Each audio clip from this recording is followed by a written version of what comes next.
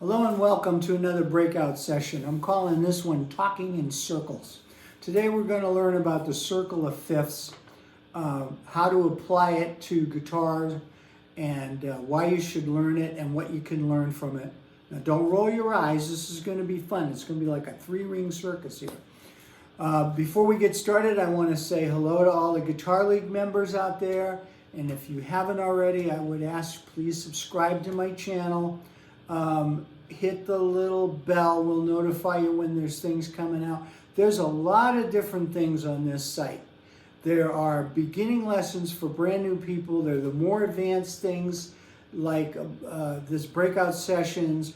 If you're a strummer, singer like me, there's learn a new song in 4 minutes, learn some fun songs real quick. We've got Guitar Rescue where we do some repairs. There's all kinds of fun things on here and it's all free. So also hit the like button if you like this stuff too. So all the materials for today's stuff is going to be down in the description. So the circle of fifths, why do we need to know anything about the circle of fifths? What can we learn from the circle of fifths? That's what we're going to talk about today. Well, one of the things you could learn is the key signatures to a key. For a guitar player, that's probably not that important to you. You can also learn all the chords in a key. That is very important to you. And you can also transpose keys easily with a circle of fifths.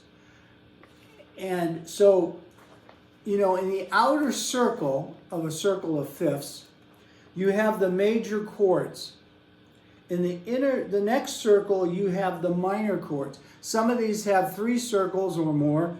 The third circle is showing you the diminished chords that go in the scale. So it's easy if you move around the circle to transpose keys. I've talked about this a million times, probably on the fly when you're out playing somewhere. The fastest way to do it is with the little simple major scale patterns that I've shown you before and I've included in the description down there. And you number the scale 1 through 7, and then you can just move that scale up, and the note underneath your finger with the corresponding number is going to be the corresponding chord. Okay? You also need to remember that in a major key, you've got a major chord, a minor chord, a minor chord, a major chord, a major chord, a minor chord, and a diminished chord. And in a minor key, that changes. We've got a whole episode on transposing minor keys, and I can link it to this video, okay?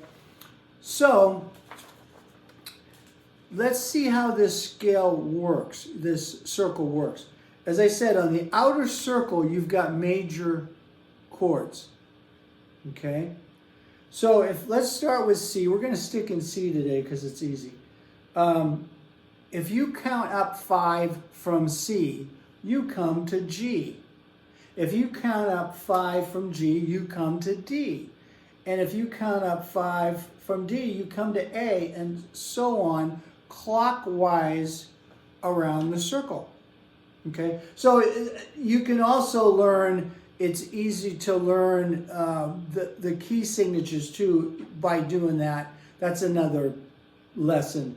But if you remember that, G's got 1 sharp, okay, and then so if D would have 2 sharps, A would have 3 sharps, as you go around the circle, okay? But again, that's probably not a big deal for guitar players. Okay, now, if we count up from C 4 notes, we come to F. If we count up from F 4 notes, we come to B flat. And then we come to E flat if we count 4. So when we go counterclockwise, this is in fourths. And I guess I missed that class about fourths because that's like very important for guitar players because the guitar itself is tuned in fourths. Let's get a guitar here and we'll start messing around with that a little bit. So a guitar, the top E string, right? If you go up 4 tones, you come to A. If you go up 4 more tones, you come to D. Come up 4 more tones, you come to G. Then you got the pesky B string, which is only 3 tones up. But from B to E, that's 4 tones. And music moves in fourths, believe it or not.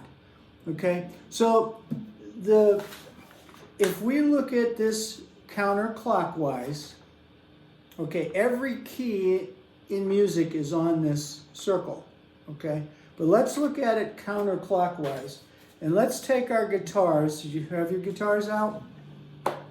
Get your guitars out. And let's come up to the 8th fret, which is a C.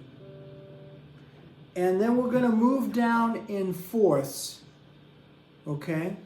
So you got a C, F, B flat, E flat, A flat, D flat, F sharp, B. Then we're going to come up to E, A, D, G, B, C. Okay? So this whole thing, that's every key right there, moving in fourths. Okay?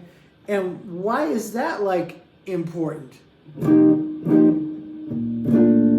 Well, because music, as I say, moves in fourths.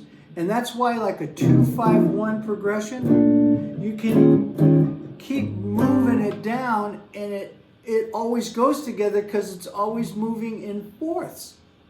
Okay? So let's see. If you started with C,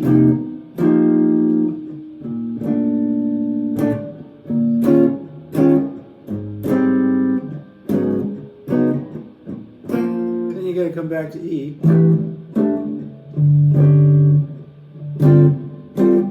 Back to C.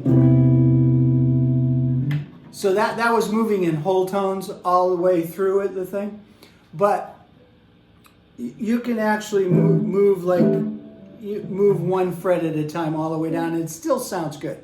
You can't hit a wrong note. So a 2-5-1 is really a 4-4-4-4. Everything is 4.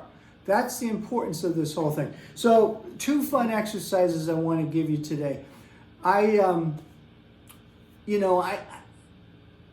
I play strumming songs and singing songs. I can play some lead because I know my scales, I know my licks, I know my chord tones, so I can play some lead stuff, okay? But what drives me nuts is when my friends, first time they hear a song, they're playing the melody of it immediately. They've never even heard it before. I can't do that yet. You have to train your ear. They can hear the intervals of music in their head and apply it to guitar. So I'm going to 2 quick exercises I'm going to give you for today. So we just did this little going down in fourths.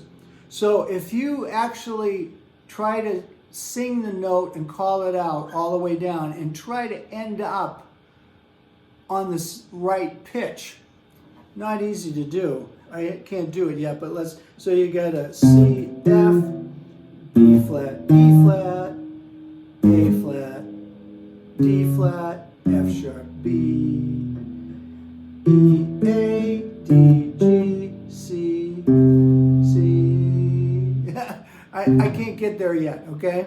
But that's a fun exercise to go up and down that scale and call them out as you go and try to hit on that. So let's do one other way of doing this, okay? To train your ear to know intervals in a scale. Okay, so let's take a C scale anywhere. But let's take it here. And let's number that. 1, 2, 3, 4, 5, 6, 7, 8. Now let's call out the number and hit the pitch before we play the note. So let's see.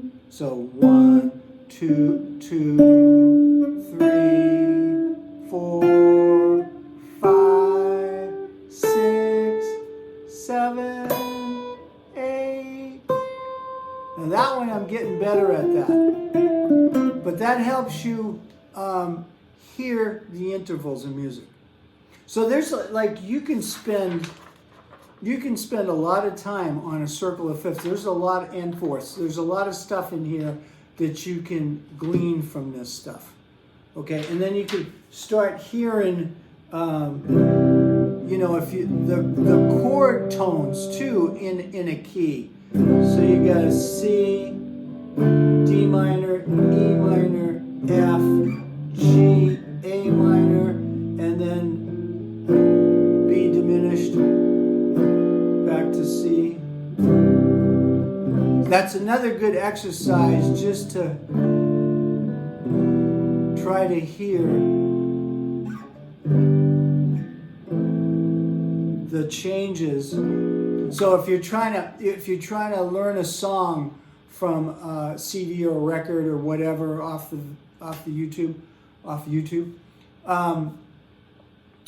you know, you want to train your ear to hear those changes so you can figure out where it's going. Is that a 1, a 4, a 5, a 6? What is that? So I'm working on that. Hopefully I'll get better and I'll have a more intricate lesson on that next time out. So I hope you enjoyed this. I told you it was going to kind of be fun. I think the circle of fourths is a big breakthrough for me, understanding the movement of music on a guitar.